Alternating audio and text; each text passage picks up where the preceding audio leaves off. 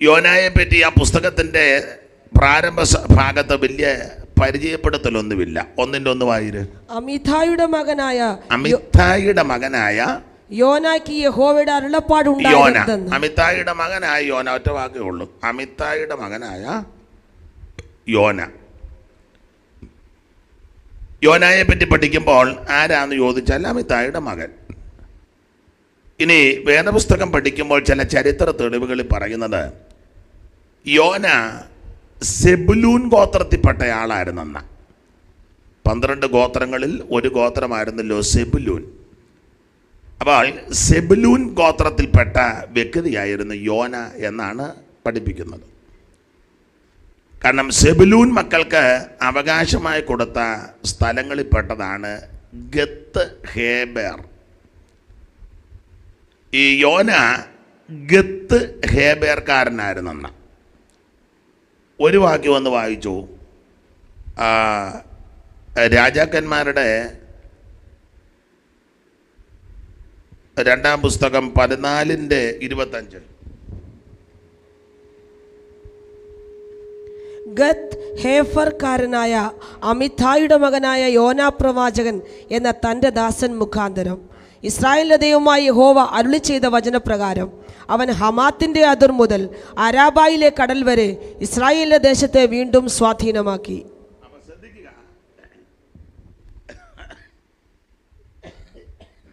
അവിടെ വായിക്കുന്നത് ഗത്ത് ഹേബേർക്കാരനായ അമിതായിയുടെ മകനായ യോനാ പ്രവാചകൻ. അപ്പൊ ഇത് ഇങ്ങനെ എവിടുത്തുകാരനാന്ന് തെളിഞ്ഞല്ലോ.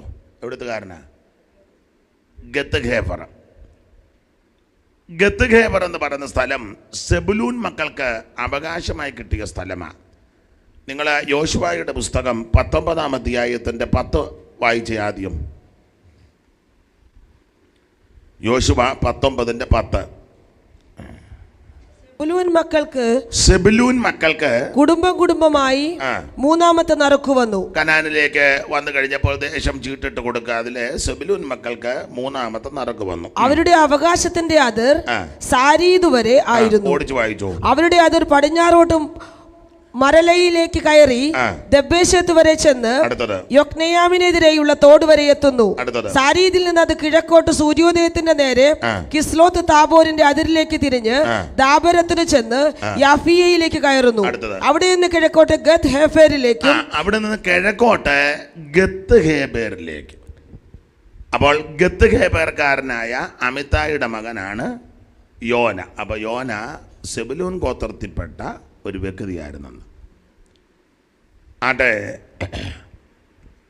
ഇനി യോനായെ പറ്റി യഹൂദന്മാരുടെ ഇടയിലെ പരക്കെ, അല്ലെങ്കിൽ ഇസ്രായേലിൻ്റെ ഇടയിൽ പരക്കെ ഒരു ചരിത്രം, അത് വേദപുസ്തകത്തിൽ അതിന് വ്യക്തമായ തെളിവില്ലെങ്കിലും ഒരു കഥ, ആ കഥയല്ല ചരിത്രം.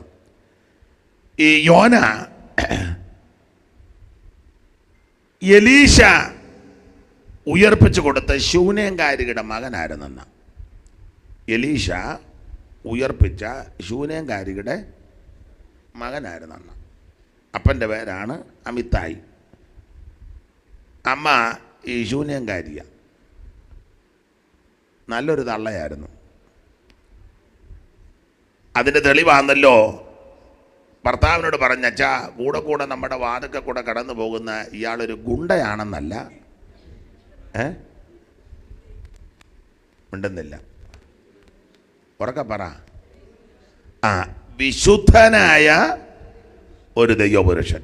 ഈ സ്ത്രീ ഈ ഉപദേശിയെ വാച്ച് ചെയ്യുന്നുണ്ടായിരുന്നു. ഇയാളുടെ നടപ്പും പോക്കും രീതിയും സംസാരവും വസ്ത്രധാരണവും സമീപനവും ഇടപാടും എല്ലാം ഈ സ്ത്രീ വീക്ഷിച്ചു. അപ്പോൾ എല്ലാം കൂടെ കണക്കിലെടുത്ത് അവർക്ക് മനസ്സിലായി വിശുദ്ധനായ ദൈവപുരുഷൻ. അല്ലാതെ അമ്മാമ്മയുടെ വീടിൻ്റെ അവിടെ മുമ്പ് ഒളിഞ്ഞൊരു നോട്ടവും പമ്മിയുള്ള ആ നിപ്പും ഒരു കോങ്കണ്ണിട്ട നോട്ടവും ഒരു ഊറിയ ചിരിയും അങ്ങനൊന്നുമല്ല. സൂക്ഷിച്ചു, വളരെ മാന്യമായിട്ടാണ് ഇടപെടുന്നത്. അപ്പം ഈ സഹോദരി പെട്ടെന്ന് ഭർത്താവിനോട് പറഞ്ഞച്ചാ ഞാൻ വീക്ഷിച്ചുകൊണ്ട് വിശുദ്ധനായ ഒരു ഉപദേശിയാണ് പോകുന്നത്. ഒരു കാര്യം ചെയ്യേ, നമുക്ക് നമ്മുടെ വീടിനോട് ചേർത്ത് ഒരു മുറിയൊക്കെ പണിത് ഒരു കട്ടിലും പിന്നെന്തുവാ നാം ചുവരോട് കൂടിയ ചെറിയൊരു മാളിക മുറി പണിതുണ്ടാക്കുക. ഒരു മാളിക മുറി നമുക്ക് പണിതുണ്ടാക്കണം. അതിൽ അവനൊരു കട്ടിലും ആ പുള്ളിക്ക് ഒരു കട്ടിലും കൊടുക്കണം, ഒരു മേശയും, ഒരു മേശ, ഒരു നാൽക്കാലിയും. കന്നാലിയെ കൊടുത്തെന്നല്ല, പുള്ളിക്ക് ഒരു പശുവിനെയും കൂടെ കൊടുക്കാം, ഒരു ചെറിയ സ്റ്റൂള്, ഒരു നാൽക്കാലിയും, പിന്നെ ഒരു നിലവിളക്കും വെക്കുക. അയാൾ ഇരുട്ടത്തിരിക്കട്ടെന്നല്ല, ഇരുന്ന് പ്രാർത്ഥിച്ചോളും പെട്ടൊന്നുമില്ലേലും. അതൊക്കെ നല്ല മനസ്സാ, വിവേകമുള്ളൊരു സ്ത്രീയാണ്.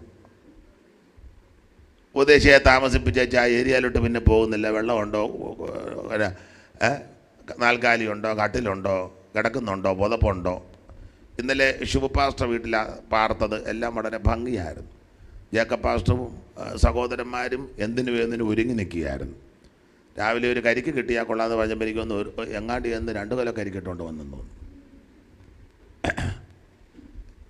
ഒരു സഹോദരന്മാർ ഇന്നലെ 2:30 അവിടെ നിന്ന് പോകുന്നത്. 2:30 3 ആയി. അതൊക്കെ ശുശ്രൂഷയോടുള്ള ബഹുമാനവും ആദരവുമാണ്. എന്ന് പറഞ്ഞ് എനിക്കങ്ങ് സങ്കടമായി ഇവർ ബന്ധപ്പെടുന്ന കണ്ടപ്പം. സ്തോത്രം. അങ്ങനെയുള്ള ആൾക്കാർ വളരെ വിരളമാണ്. ദൈവം നിങ്ങളെ അനുഗ്രഹിക്കട്ടെ. രാവിലെ ദൈവരാശിയും വന്നു. ഞാൻ 21 ദിവസം പൂർണ്ണമായിട്ട് ഉപവസിപ്പാൻ തീരുമാനിച്ചു. ഇന്നലെ 12 ദിവസം വരെ പൂർണ്ണമായിട്ടിരുന്ന്. ഇന്നലെ വയ്യാത്തത് കൊണ്ട് ഇന്നലെ ഇച്ചിരി കഞ്ഞി കുടിച്ചു. അതുപോലെ എനിക്കങ്ങ് വയ്യായിരുന്നു, വിമ്മിഷ്ടവും പ്രയാസവും ഒക്കെ ആയി. അവനെ ഞാനും കണ്ട 12 എന്നുള്ളത് വലിയ ദോഷമുള്ള കണക്കുമല്ല. അതാ 12 അപ്പോസ്തലന്മാരും 12 ഗോപുരവും 12 കല്ലും പിന്നെ 12 ഗോത്രവും. അപ്പോൾ അതൊരു നല്ല കണക്കാണെന്ന് എനിക്കും തോന്നി. അതുകൊണ്ട് ഞാൻ 13 കുഴഞ്ഞേനം. 13 സമുദ്രത്തിൽ നിന്ന് കയറി വരുന്ന മൃഗവാ വെളിപ്പാട്.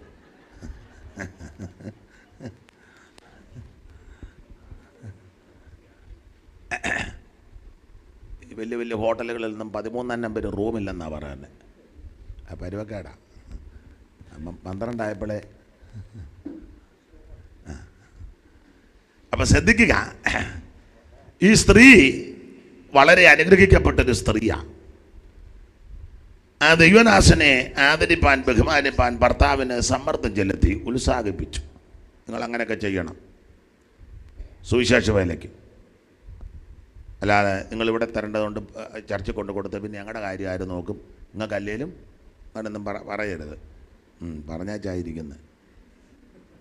ആ സഹോദരി നല്ലൊരു സഹോദരിയാണ്. അങ്ങനെയുള്ള അനുഗ്രഹിക്കപ്പെട്ട ഒരമ്മ, യോനായുടെ അമ്മ അതാന്ന് പറയുന്ന ചരിത്രമാന്നേ. അങ്ങനെ ഈ പയ്യനെ ഒരിക്കൽ മരിച്ചു, എലീശ ഉയർപ്പിച്ചു. പിന്നെ ക്ഷാമം വന്നപ്പോൾ എലീശ പറഞ്ഞു, നീ ഫെലിസ്ത്യ ദേശത്ത് പോയി പാർക്കണം. 5-6 കൊല്ലം 6-7 കൊല്ലം കഴിഞ്ഞപ്പോൾ തിരിച്ചു വന്നപ്പം വസ്തുവും വീടും എല്ലാം കണ്ടുകെട്ടി. അപ്പോൾ കാര്യങ്ങൾ പറഞ്ഞപ്പോൾ ഈ കൊച്ചനുമായിട്ട് തള്ള കയറി വരുന്നു. അന്നേരം പറഞ്ഞത്, ഞാൻ അന്ന് ഉയർപ്പിച്ച ചെറുക്കൻ ഇവനാന്ന് പറഞ്ഞു. അല്ലാതെ ഉയർപ്പിച്ച് കഴിഞ്ഞപ്പോൾ അവൻ ഉണ്ടയിട്ട് പിന്നെ അവനെ ഹോളിലോട്ടും കാണുന്നില്ല, ആരാമനയ്ക്കും കാണുന്നില്ല. തള്ള ഇങ്ങനെ സാക്ഷി പറഞ്ഞേക്കാം, എനിക്കൊരു മോനുണ്ടായിരുന്നു, ഉയർത്ത് എവിടെയാണെന്നിപ്പോൾ അറിയാൻ മേല, എവിടെയോ അവനിപ്പോൾ ഉയർത്തിട്ടുണ്ട്. അങ്ങനല്ല, അമ്മയുടെ കൂടെ ഉണ്ടായിരുന്നു. അങ്ങനെ അമ്മയുടെ നല്ല ശിക്ഷണത്തിൽ ഈ യോന വളർന്നു വന്നതുകൊണ്ട് ചരിത്രം പറയുന്നത് എലീശായുടെ ബൈബിൾ സ്കൂളിലെ ഒരു ശിഷ്യനുമായിരുന്നു യോന. അങ്ങനെയൊക്കെയാ ചരിത്രം പറയുന്നത്. എലീശായുടെ ബൈബിൾ ക്ലാസ്സിൽ യോന ഉണ്ടായിരുന്നെന്ന്. എന്തായാലും അനുഗ്രഹിക്കപ്പെട്ട ഒരു പ്രവാചകൻ. യോനായുടെ പുസ്തകം പ്രവചനമായിട്ടൊന്നും അധികം കാണുന്നില്ല, ഒരു ചരിത്രമാണ്. ഒന്നുകൂടെ 14-25 വായിച്ച്. രാജാക്കന്മാരുടെ 2-ാം പുസ്തകം 14-20 ആ കണ്ണിക്ക് തുടങ്ങുന്നത് മുതൽ വായിച്ചു.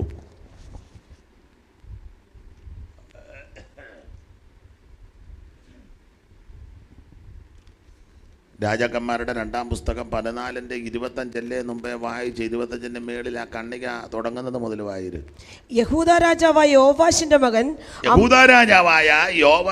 മകൻ അമസ്യാവിന്റെ 15-ാം ആണ്ടിൽ ഇസ്രായേൽ രാജാവായ യോവാശിന്റെ മകൻ യൊരോബെയാം രാജാവായി ശമരിയിൽ 41 സംവത്സരം വാണു. അവൻ യഹോവയ്ക്ക് അനിഷ്ടമായുള്ളത് ചെയ്തു. ഇസ്രായേലിനെ കൊണ്ട് പാപം ചെയ്യിച്ച നെബാത്തിന്റെ മകനായ യൊരോബെയാമിന്റെ പാപങ്ങൾ ഒന്നും വിട്ടുമാറിയില്ല. ഗദ്ഹേഫർക്കാരനായ അമിതായിയുടെ മകനായ യോനാ പ്രവാചകൻ എന്ന തന്റെ ദാസൻ മുഖാന്തരം ഇസ്രായേലിന്റെ ദൈവമായ യഹോവ അരുളി ചെയ്ത വചനപ്രകാരം അവൻ ഹമാത്തിന്റെ അതിർ മുതൽ അരാബയിലെ കടൽ വരെ ഇസ്രായേലിന്റെ ദേശത്തെ വീണ്ടും പ്രവചിച്ചിട്ടുണ്ടെന്ന് ആ വാക്യത്തെ തെളിയുന്നത് യോനായുടെ പ്രവചന മുഖാന്തരം, അങ്ങനല്ലേ? അതെ. ഗദ്ഹേഫർക്കാരനായ അമിതായിയുടെ മകനായ യോനാ പ്രവാചകൻ എന്ന തന്റെ ദാസൻ മുഖാന്തരം ഇസ്രായേലിന്റെ ദൈവമായ യഹോവ അരുളി ചെയ്ത വചനപ്രകാരം. അപ്പോൾ യോന ധാരാളം പ്രവചനം നടത്തി. അതെല്ലാം യോനയുടെ പുസ്തകത്തിലില്ല. ധാരാളം പ്രവചനം നടത്തി. എന്നാൽ ഈ പുസ്തകത്തിലുള്ളത് ചരിത്രമാണ്. സ്തോത്രം, ചരിത്രമാണ്. അതെ, എല്ലാ ഭാഗവും എടുക്കുന്നില്ല. ഞാൻ അച്ചായന് 1:30 ആകുമ്പോൾ പോകണം. ഞാനൊരു 1:20 അങ്ങ് നിർത്താനായിരിക്കുന്നത്. എനിക്ക് വയ്യ, അതുകൊണ്ടാണ്, എനിക്ക് ക്ഷീണം, അതുകൊണ്ട്. പിന്നെ വന്നില്ലെങ്കിൽ നിങ്ങൾ പറയും പാർഷികമ്മ കള്ളം പറഞ്ഞതാ, പുള്ളി പോയി കാണും, ഇന്നലെയും വയ്യാതിരിക്കുകയായിരുന്നല്ലോ, പുള്ളി പോയി കാണും, പോകാനാ സാധ്യത, പോയില്ലെന്നും കൂടെ അറിയിക്കാനാ വന്നേ. തന്നെയല്ല വൈകിട്ട് വരികയും ചെയ്യും ദൈവം ആയുസ് തന്ന. സ്തോത്രം. ഇനി പകൽ ഞാൻ വന്നില്ലേ, നിങ്ങൾ ചിലർ പറയും, നിങ്ങൾ ചെല്ലുമ്പോൾ ചോദിക്കും പുള്ളി ഉണ്ടായിരുന്നോ പകൽ? പുള്ളിയെ വന്നില്ല. എന്നാൽ വൈകിട്ടും വരികയെന്ന് പറയും. അപ്പം ഇനിയും നിങ്ങൾ ചെല്ലുമ്പോൾ ചോദിക്കുക പുള്ളി വയ്യാലും പുള്ളി ലാസ്റ്റ് വന്നിച്ചിട്ട് നേരം ഇരുന്ന്, എന്നാൽ വൈകിട്ടും കാണും. അങ്ങനെയെല്ലാം 2 വരുന്നേ വരട്ടെ. ഇതിപ്പോൾ ഈ ദൈവം വരുന്നൊന്നും ആർക്കും വിഷയമല്ല. ദൈവം ഉണ്ടോ ദൈവം വന്നോ അതൊന്നും വിഷയമേ അല്ല മനുഷ്യന്.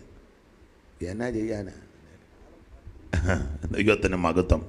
ആരും വന്നില്ലെങ്കിലും ദൈവം നമ്മുടെ മധ്യമുണ്ട്. ആട്ടെ, മുമ്പോട്ട് പോകാം. സമയം ഒന്ന് പറയണേ, വാച്ച് തന്നെ സമയം തൈമനെ. 20 മിനിറ്റ് കൂടെ പറയാം. അപ്പോൾ ഈ യോന പ്രവാചകൻ ഗത്ഹേഫർകാരനായ സെബുലൂൻ ഗോത്രത്തിൽപ്പെട്ട, വേദപുസ്തകത്തിൽ വ്യക്തമായിട്ട് എഴുതിയിട്ടില്ലെങ്കിൽ യഹൂദ ചരിത്രമനുസരിച്ച് ശൂനേംകാരിയുടെ ഭർത്താവ് അമിതായി അവരുടെ മകനാകുന്ന യോനാ പ്രവാചകൻ. എലീശായുടെ ബൈബിൾ സ്കൂളിലും പുള്ളി ഉണ്ടായിരുന്നെന്ന്. എന്തായാലും അനുഗ്രഹിക്കപ്പെട്ട ഒരു ദൈവദാസൻ.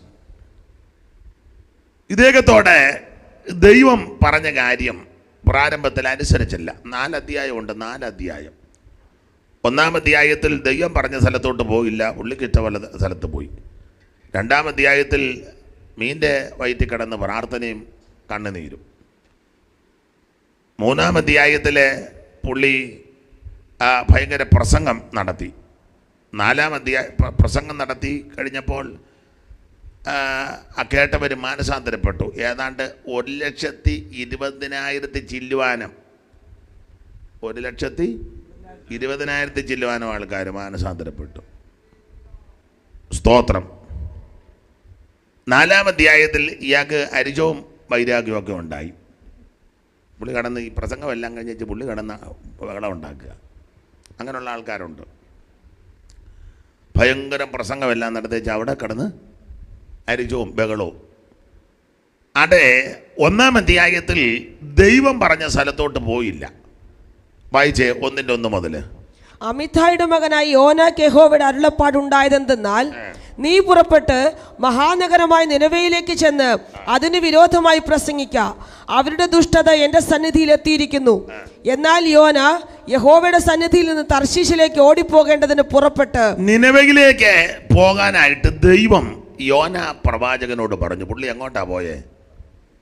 നേരെ തർശീശിലോട്ട് പോയി. അതിനാ നിനവയിലോട്ട് പോകാതെ തർശീശിലോട്ട് പുള്ളി പോയത്?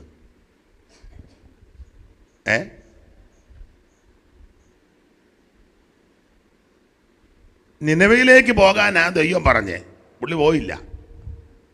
പുള്ളി പോയത് നേരെ തർശീശിലോട്ട്, പരുവത്തിനൊരു കപ്പലും കണ്ടു. അതെന്നെ അങ്ങനെ തർശീശിലോട്ട് പോയെന്ന് യോടി. നിനവയിലേക്കോന്നി തർശീശിലേക്കോന്നി നീ പോയി നിൽക്കുന്നതെവിടെ? നിനവയിലേക്കോന്നി തർശീശിലേക്കോന്നി നീ പോയി നിൽക്കുന്നതെവിടെ? ഉറങ്ങാതെ ഇനിയും നീ ഉണരുക മനമേ, മണവാളൻ വരവിനു സമയമായി. ഉറങ്ങാതെ ഇനിയും നീ ഉണരുക മനമേ, മണവാളൻ വരവിനു സമയമായി. സിയോൻ സഞ്ചാരി നീ ഉറങ്ങുകയോ? നല്ലിലയിൻ മടിയിൽ നീ മയങ്ങുകയോ? സിയോൻ സഞ്ചാരി നീ ഉറങ്ങുകയോ? അപ്പൊ ശ്രദ്ധിക്കുക, ദൈവം പറഞ്ഞത് നിനവയിലേക്ക് പോകാനാ. പുള്ളി തർശീശിലോട്ട് പോയി. അതിന്റെ കാരണം ദൈവം പറഞ്ഞത് നിനവയിൽ ചെന്ന് നിനവേക്ക് വിരോധമായി പ്രസംഗിക്കുക. അതാ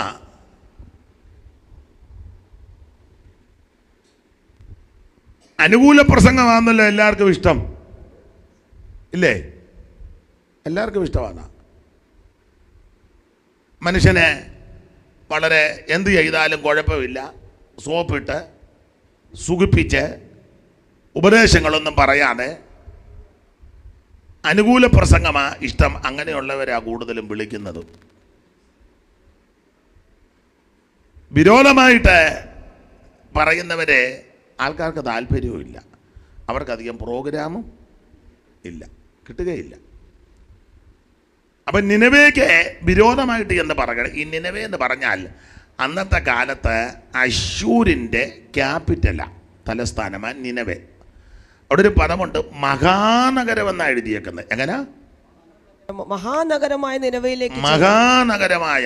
വേറൊരു ഭാഗത്ത് അതിമഹത്തായ നഗരമെന്ന 3:2. നീ പുറപ്പെട്ട് നഗരമായ നിനവയിലേക്ക് ചെന്ന് ഞാൻ നിന്നോട് അരുളി ചെയ്യുന്ന പ്രസംഗം അതിനോട് പ്രസംഗിക്കാം. അങ്ങനെ യോന പുറപ്പെട്ട് യഹോവയുടെ കൽപ്പന പ്രകാരം നിനവയിലേക്ക് ചെന്നു. എന്നാൽ നിനവേ 3 ദിവസത്തെ വഴിയുള്ള അതിമഹത്തായ ഒരു നഗരമായിരുന്നു. അതിമഹത്തായ നഗരമാണ്. അപ്പം മഹാനഗരമാണ്, അതിമഹത്തായ നഗരമാണ്. ആ നഗരത്തിന് വിരോധമായിട്ടാണ് പ്രസംഗിക്കേണ്ടത്. നാടൻ ഭാഷ പറഞ്ഞ ഇന്നത്തെ രീതിയൊക്കെ വെച്ചാൽ വേൾഡിലെ പ്രധാനപ്പെട്ട നഗരങ്ങളിൽ ഒന്നാണല്ലോ ന്യൂയോർക്ക് പട്ടണം. ന്യൂയോർക്ക് പട്ടണം. ഒരു ഉപദേശത്തോടെ പറയാ, നീ പെട്ടെന്ന് ന്യൂയോർക്കിൽ ചെന്ന്, ന്യൂയോർക്കിൽ പോകാൻ പറഞ്ഞാൽ ഇഷ്ടമാണ്, എല്ലാവർക്കും ഇഷ്ടമാണ്, ആ ഉറങ്ങുന്ന അമ്മയ്ക്കും ഇഷ്ടമായിരിക്കും.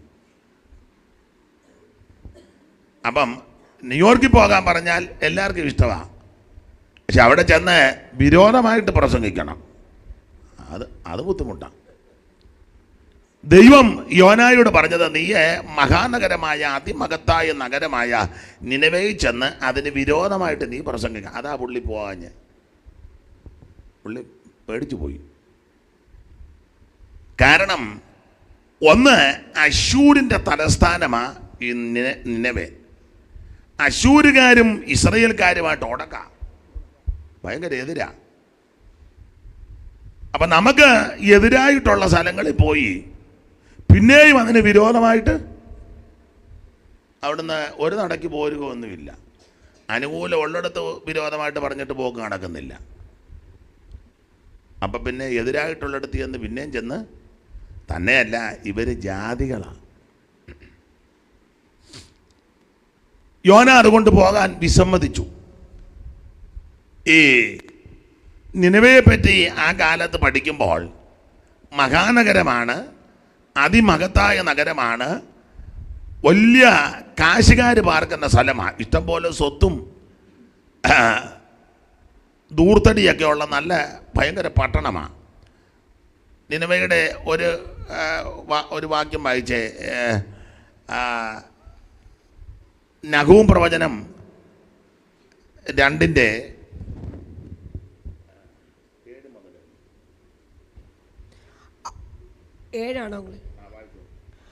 അവൾ അനാവൃതയായി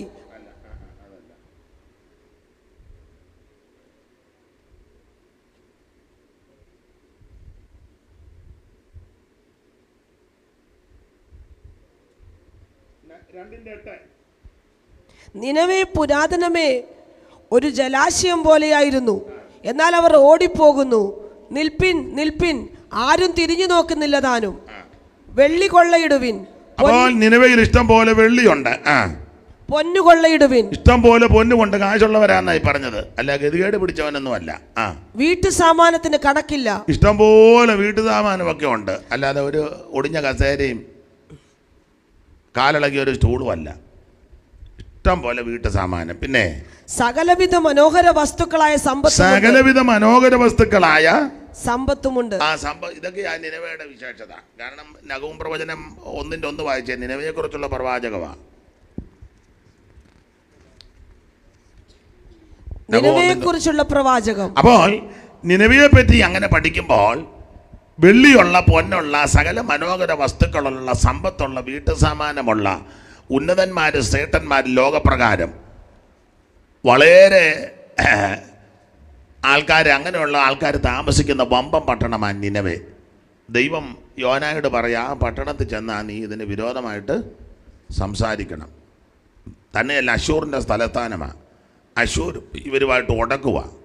ഇതെല്ലാം കൂടെ കണക്കിലെടുത്ത് പുള്ളി ആകെ പേടിച്ച് പറിച്ചേച്ച് പുള്ളി തീരുമാനിച്ചു നിനവിലോട്ട് പോകുന്നില്ല, നേരെ പുള്ളി തർശീശിലോട്ട് പോയി. ഇതാ ഇതിൻ്റെ പശ്ചാത്തലം. അപ്പം യോന പോകാൻ എൻ്റെ കാര്യം ഇതാ. ദൈവത്തിൻ്റെ മഹത്വമുണ്ട്. ഞാൻ ആ ഭാഗമൊന്നും പറയുന്നില്ല, വേറൊരു കാര്യം പറഞ്ഞ് പെട്ടെന്ന് അങ്ങ് നിർത്താം.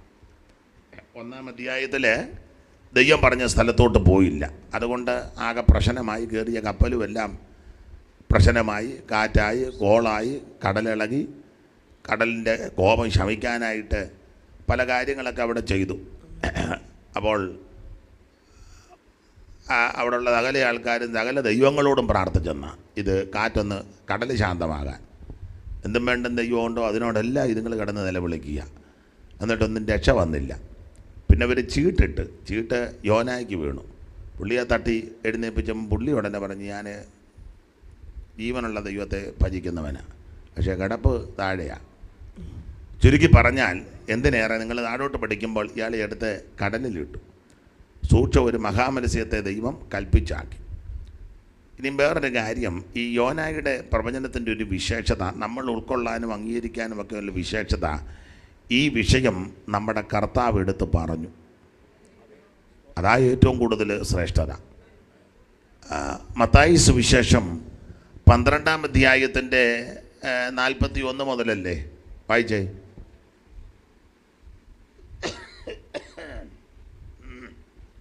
നിനവേക്കാർ ന്യായവിധിയിൽ ഈ തലമുറയോട് ഒന്നിച്ചെഴുന്നേറ്റ് അതിനെ കുറ്റം വിധിക്കും. അവർ യോനായുടെ പ്രസംഗം കേട്ട് മാനസാന്തരപ്പെട്ടു. 38 മുതൽ വായിച്ചോ. 4 പ്രാവശ്യം യേശു യോനായെ പറ്റി അവിടെ പറയുന്നുണ്ട്. 38 മുതൽ. അപ്പോൾ ശാസ്ത്രിമാരിലും പരീശന്മാരിലും ചിലർ അവനോട്, ഗുരു, നീ ഒരു അടയാളം ചെയ്തു കാണുവാൻ ഞങ്ങൾ ഇച്ഛിക്കുന്നു എന്ന് പറഞ്ഞു.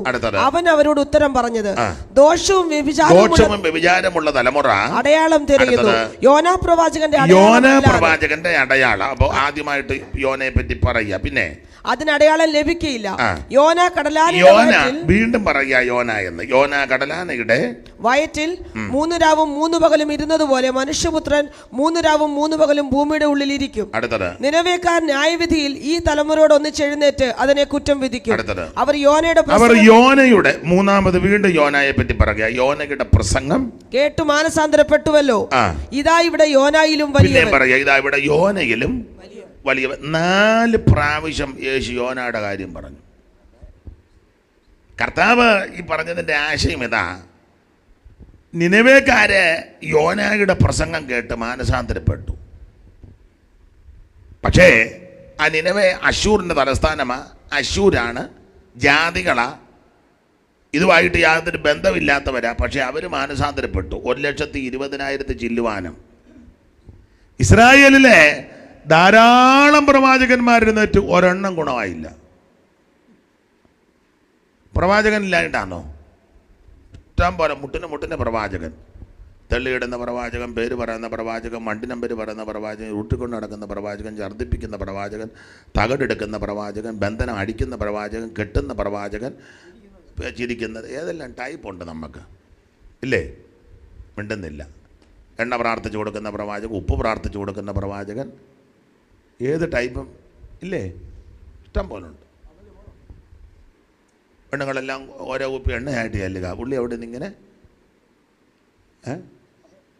അത് ഞാൻ തമാശ, ഓരോ കുപ്പി എണ്ണയായിട്ട് ചെല്ലുക. പുള്ളി ഇങ്ങനെ കൊപ്ര ആട്ടുന്നത് പോലെ അവിടെ ഇരുന്ന്. നിങ്ങൾക്ക് മനസ്സിലാകുന്നില്ല. ഞാൻ കണ്ടതാ. പുള്ളി ഇങ്ങനെ വെച്ച് ഓരോ കുപ്പി കണക്കിന് പ്രാർത്ഥിച്ച് വേറെ ആൾ ഉപ്പ് പ്രാർത്ഥിച്ചു കൊടുക്കുക. പെണ്ണുങ്ങളെല്ലാം ഉപ്പ് 2 കിലോ ഉപ്പ് 1 കിലോ ഉപ്പ് ആട്ടുക. എന്നിട്ട് പെരക്കി ചുറ്റി ഉപ്പിടുക, കിണറ്റിലെല്ലാം കൊണ്ട് ഉപ്പിടുക. ഈ വട്ട ഇതിനല്ല.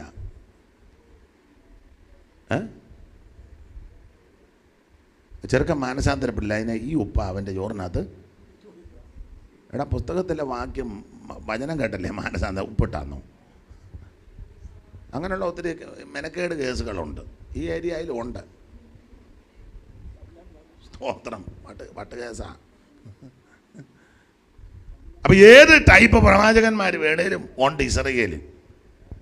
അപ്പം ഇവിടെ ധാരാളം പ്രവാചകന്മാർ ഇസ്രായേലിലുണ്ട്, പക്ഷേ ഗുണമായില്ല. പക്ഷേ നിനവേക്കാര് യോനായുടെ പ്രസംഗം കേട്ടപ്പോൾ മാനസാന്തരപ്പെട്ടു. ഇവിടെ ഇതാ യോനയിലും വലിയവൻ. അപ്പം യേശു യോനായും കൂടെ ചേർത്തായി കാര്യം തെളിയിച്ചത്. അതുകൊണ്ട് ഈ യോനയുടെ പുസ്തകത്തിന് വളരെ പ്രാധാന്യമുണ്ട്. യേശു എടുത്തു പറഞ്ഞ പുസ്തകവും വ്യക്തിയാ യോന. അത് നമുക്ക് ആ ഭാഗം വിട്ടേക്കാം. ഞാൻ എടുത്ത ഒരു കാര്യം പറഞ്ഞങ്ങ് നിർത്താം. ബാക്കി ദൈവം അനുവദിച്ചാൽ നമുക്ക് വൈകിട്ട് ചിന്തിക്കാം. 2:9 വായിച്ചു. ഞാനോ സ്തോത്രനാദത്തോടെ നിനക്ക് യാഗമർപ്പിക്കും, നേർന്നിരിക്കുന്നത് ഞാൻ കഴിക്കും. രക്ഷ യഹോവയുടെ പക്കൽ നിന്ന് വരുന്നു. രക്ഷ യഹോവയുടെ പക്കൽ നിന്ന് വരുന്നു. രക്ഷ ഇന്ന് പകൽ എന്നെ കേൾക്കുന്ന ദൈവമക്കളോട് പറയട്ടെ, എന്നെ കേൾക്കുന്നവരോട് പറയട്ടെ, യോന പറയുക, രക്ഷ യഹോവയുടെ പക്കൽ നിന്ന്. ദൈവത്തിൻ്റെ മകത്ത് നാം പുസ്തകം പഠിക്കുമ്പോൾ ആമേൻ സ്തോത്രം. ഒന്ന്, എന്തുവാ ഈ രക്ഷ? ഒറ്റവാക്കി പറഞ്ഞാൽ നരകത്തിൽ നിന്ന് വിടുതൽ പ്രാപിക്കുന്നതാ രക്ഷ. ചാകാത്ത പുഴുവും കെടാത്ത തീയും നരകത്തിലുണ്ട്. അതിനകത്ത് ചെന്ന് പെടാതെ വിടുതൽ കിട്ടുന്നതാ രക്ഷ എന്ന് പറഞ്ഞാൽ ഒരു ദൈവവൈതലായി തീരുന്നതാ. അപ്പോൾ ഒന്ന്, രക്ഷ ദൈവത്തിൻ്റെ ദാനമാണ്. വെളിപ്പാട് 7:10 അറിവുള്ള വാക്യമാ, വായിച്ചങ്ങ് നിർത്താം. വെളിപ്പാട് 7:10.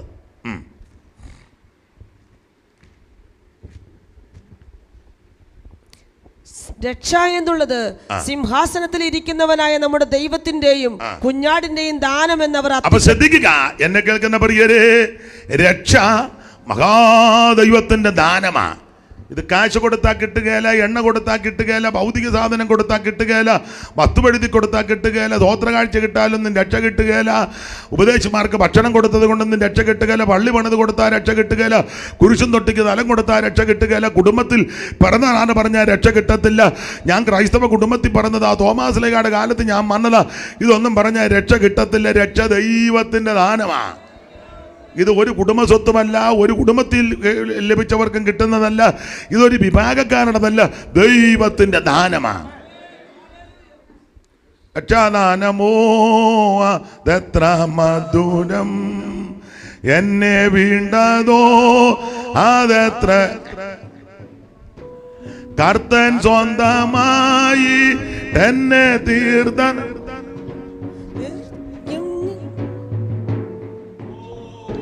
കർത്തൻ സ്വന്തമായിട്ടെന്നെ തീർത്ത കീർത്തിക്കും ഞാൻ.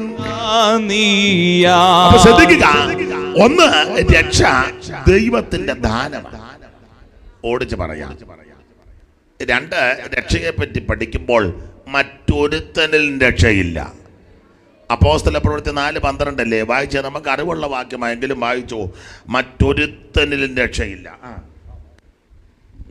വായിച്ചോ. മറ്റൊരുത്തനും രക്ഷയില്ല.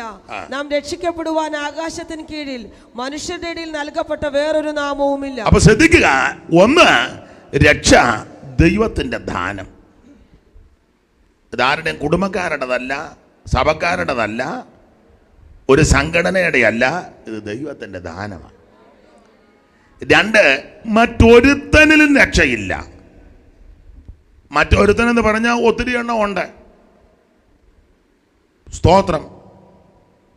അണ്ണൻ കയ്യും കാലും ഒക്കെ കാണിച്ച് ഒത്തിരി പേരുണ്ട്. മറ്റൊരുത്തന് രക്ഷയില്ല. കർത്താവാകുന്ന യേശു ക്രിസ്തുവിൽ കൂടി മാത്രമായ രക്ഷ. മറ്റൊരുത്തനും രക്ഷയില്ല. നാം രക്ഷിക്കപ്പെടുവാൻ ആകാശത്തിന് കീഴിൽ മനുഷ്യരുടെ ഇടയിൽ നൽകപ്പെട്ട വേറൊരു നാമവുമില്ല. വേറെ ഒരു നാമവും, ഒരൊറ്റ നാമം, യേശു ക്രിസ്തുവിന്റെ പരിശുദ്ധ നാമം. ഹല്ലേലൂയ. യേശുവിന്റെ നാമത്തിൽ പാപമോചനമുണ്ട്. യേശുവിന്റെ നാമത്തിൽ രോഗശാന്തിയുണ്ട്. യേശുവിന്റെ നാമത്തിൽ ഭൂതങ്ങൾ വിട്ടുപോകും. യേശുവിന്റെ നാമത്തിൽ അത്ഭുതം നടക്കും. സ്വർലോകരുടെയും ഭൂലോകരുടെയും അധോലോകരുടെ മുഴങ്കാലുകൾ മടങ്ങുന്ന വിറയ്ക്കുന്ന പരിശുദ്ധ നാമമാണ് യേശുവിന്റെ നാമം. സ്തോത്രം. അപ്പൊ ഒന്ന്, രക്ഷ ദൈവത്തിന്റെ ദാനം. രണ്ട്, മറ്റൊരുത്തനിലും രക്ഷയില്ല. മൂന്ന്, ദൈവത്തെങ്കിലേക്ക് നോക്കി രക്ഷപ്പെട്ടോണം. യെശയ്യാ 45:22 വായിച്ചേ. യെശയ്യാ 45:22.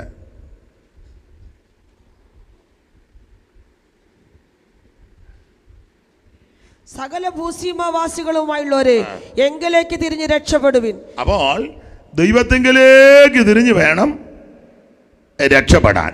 ദൈവത്തിന് മഹത്വം. രക്ഷ ദൈവത്തിൽ നിന്നാകും. ദൈവത്തെങ്കിലേക്ക് തിരിക്കണം. ഒരു കാര്യം ഇവിടെ പറഞ്ഞങ്ങ് നിർത്താം. അപ്പോസ്തലപ്രവൃത്തി 16:31 വായിക്കുന്നത്, കർത്താവായ യേശു ക്രിസ്തുവിൽ വിശ്വസിക്കുക, നീയും നിന്റെ കുടുംബവും രക്ഷ പ്രാപിക്കും. 16:31 വായിച്ചേ. കർത്താവായ യേശുവിൽ വിശ്വസിക്കുക, എന്നാൽ നീയും നിന്റെ കുടുംബവും രക്ഷ പ്രാപിക്കും. അപ്പോൾ കർത്താവാകുന്ന യേശു ക്രിസ്തുവിൽ വിശ്വസിക്കുക, നീയും നിന്റെ കുടുംബവും രക്ഷ പ്രാപിക്കും. ഇന്ന് പകൽ വേളയിൽ രക്ഷപ്പെടാൻ, രക്ഷിക്കപ്പെടാൻ ഒറ്റ മാർഗം, ഒറ്റ വഴി, ഒറ്റ വാതിൽ, നസറായനാകുന്ന യേശു ക്രിസ്തു. കർത്താവാകുന്ന യേശു ക്രിസ്തുവിൽ വിശ്വസിക്കാൻ നീയും നിന്റെ കുടുംബവും രക്ഷപ്പെടും. ഈ കാര്യമൊക്കെയാ യോന എന്ന് പറഞ്ഞത്. യോന പ്രസംഗിച്ചെന്നല്ലേ എഴുതിയേക്കുന്നത്. വായിച്ചേ 3:1. യഹോവയുടെ അരുളപ്പാട് 2-ാം പ്രാവശ്യം യോനായ്ക്കുണ്ടായതെന്തെന്നാൽ, നീ പുറപ്പെട്ടു മഹാനഗരമായ നിനവയിലേക്ക് ചെന്ന് ഞാൻ നിന്നോട് അരുളി ചെയ്യുന്ന പ്രസംഗം അതിനോട് പ്രസംഗിക്കാം. ഇതാ പോയി പ്രസംഗിച്ചത്.